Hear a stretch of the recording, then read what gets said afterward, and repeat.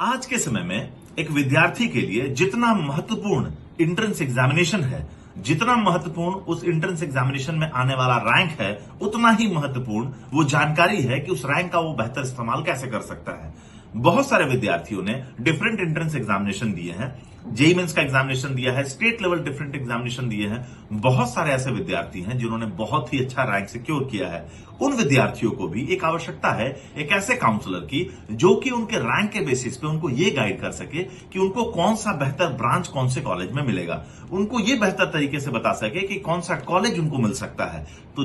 जिन विद्यार्थियों ने better rank secure किया है उनको भी आवश्यकता है एक सही जानकार की, ताकि उनके रैंक का सबसे बेहतर इस्तेमाल वो उनको बता सके। बहुत सारे ऐसे विद्यार्थी हैं जिन्होंने इस बार एंट्रेंस एग्जाम दिया है और जिन्होंने अच्छा रैंक सिक्योर नहीं किया है, और उनको शायद ऐसा लगता है कि किसी भी अच्छे कॉलेज में शायद रैंक के अभाव में उनका एडमिशन लेना पॉसिबल नहीं है। लेकिन मैं आपको बता दूं, ये सत्य नहीं है, क्योंकि एडमिशन में जैसे मैंने आपको पहले बताया, जितना महत्व रैंक का होता है उतना ही महत्व जानकारी का भी होता है। सिर्फ जानकारी के अभाव में हर साल सैकड़ों विद्यार्थी बड़े शिक्षण संस्थानों में एडमिशन लेने से चूक जाते हैं। आज अगर हम देखें, हमारे हिंदुस्तान में लगभग 3300 के आसपास इंजीनियरिंग कॉलेजेस हैं, लेकिन ऐसे संस्थान जिनमें बेहतर पढ़ाई, बेहतर प्लेसमेंट की व्यवस्था है, वो लगभग 500 से 600 के आसपास है। मतलब इन संस्थानों में अगर विद्यार्थियों का एडमिशन हो जाता है तो वो ये इंश्योर कर सकते हैं कि शायद उनको एक बेहतर कैरियर अपॉर्चुनिटी भविष्य में मिलेगी, उनको सीखने का काफी बेहतर मौका मिलेगा।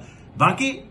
बहुत सारे संस्थान हैं जहां पे विद्यार्थियों का रैंक अच्छा नहीं आता है तो निराश होकर के, हताश होकर के वो किसी भी कॉलेज में एडमिशन ले लेते हैं, जबकि ऐसा नहीं है। अगर उनके पास सही जानकारी हो तो बेहतर शिक्षण संस्थानों में भी डिफरेंट ब्रांचेस में अपॉर्चुनिटी उपलब्ध होती है जिनका वो सही इस्तेमाल कर सकते हैं। क्योंकि मैं आपको ये बताना चाहूंगा कि अगर आपका रैंक बहुत अच्छा है, अगर आपका रैंक बहुत अच्छा है और तब किसी इंस्टीट्यूशन में अगर आपको एडमिशन मिल रहा है, तब तो ये बहुत अच्छी बात है। लेकिन क्या कभी आपने सोचा है कि अगर आपका रैंक अच्छा नहीं है और उसके बावजूद अगर कोई इंस्टीट्यूशन आपको एडमिशन दे रहा है, मतलब आपने रैंक अच्छा सिक्योर नहीं किया है और फिर भी उस शिक्षण संस्थान में आपको सीट मिल रही है, तो मतलब अगर एडमिशन की प्रक्रिया मतलब वहां आपके लिए बहुत आसान होने वाली है बिना रैंक के बावजूद, तो ये विश्वास करिए वहां प्लेसमेंट बहुत मुश्किल होने वाला है। और अगर आपके पास अच्छा रैंक नहीं है और आप किसी एक शिक्षण संस्थान में एडमिशन लेना चाहते हैं, लेकिन वहां आपको परेशानी हो रही है, आपका मनचाहा ब्रांच नहीं मिल रहा है, विभिन्न रास्ते आपको चूज करने पड़ रहे हैं जिनके माध्यम से आप उस संस्थान में एडमिशन लेने वाले, मतलब